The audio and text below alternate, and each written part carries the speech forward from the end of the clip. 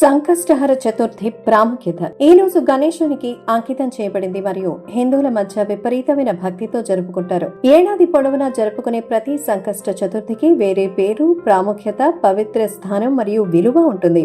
August 22న భక్తులు అడ్డంకులు తొలగిపోవాలని మరియు వారి కోరికలు నెరవేరాలని ప్రార్థించడం ద్వారా ఈ ప్రత్యేకమైన రోజుని పురస్కరించుకుంటారు. హిందూ క్యాలెండర్లో అధిక మాసం సంకష్ట చతుర్థి అత్యంత గౌరవప్రదమైనది, ఎందుకంటే ఇది అదనపు చాంద్రమానమైన అధిక మాసంలో వస్తుంది. మరింత పవిత్రమైనది మరియు శక్తివంతమైనదిగా కనిపిస్తుంది. ఇది గణేశుణ్ణి గౌరవించడానికి అంకితప్రదమైన పవిత్రమైన రోజు. తరచుగా చంద్రోదయం వరకు ఉపవాసం ఉంటారు. భక్తులు ఈ రోజున గణనీయమైన ఉత్సాహంతో గుర్తిస్తారు. ప్రతి హిందూ మాసంలో 2 చతుర్థి తిథులు ఉంటాయి. వినాయక చతుర్థి అమావాస్య తరువాత శుక్లపక్షం సమయంలో జరుగుతుంది. అయితే సంకష్ట చతుర్థి కృష్ణపక్షం సమయంలో పౌర్ణమిని అనుసరిస్తుంది. ప్రతి చతుర్థి విశిష్టమైన పీఠం లేదా పవిత్ర స్థలం మరియు గణేశుని రూపానికి సంబంధించింది. ఈ మాసంలో వచ్చేటువంటి శ్రావణ మాసంలో సంకష్టహరి చతుర్థిలో దూర్వ బిల్వ పత్ర పీఠాన్ని భక్తులు ప్రత్యేకంగా పూజిస్తారు.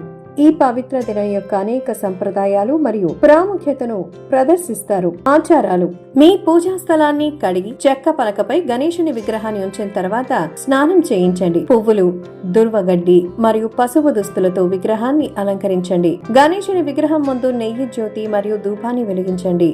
మోదకం, అరటి పండ్లు మరియు తీపి లడ్డూలు ప్రసాదంగా దేవునికి సమర్పించండి. పూజ సమయంలో శక్తివంతమైన గణపతి మంత్రాలు అలాగే గణేశుని యొక్క కథలతో ఆయనను పఠించి ఆర్తించి పూజించాలి. ఉపవాసం ఉన్నప్పుడు పండ్లు అలాగే ఏవైనా తీపి పదార్థాలు తీసుకోవచ్చు. సాత్విక ఆహారాలు భుజించి గణేశునికి ఈ అద్భుతమైన సంకష్టహర వ్రతం చేయడం వలన జీవితంలో మీరు అనుకున్నటువంటి ఫలితాలను పొంది అందులో వచ్చే విఘ్నాలను తొలగిస్తాడు విఘ్నేశ్వరుడు.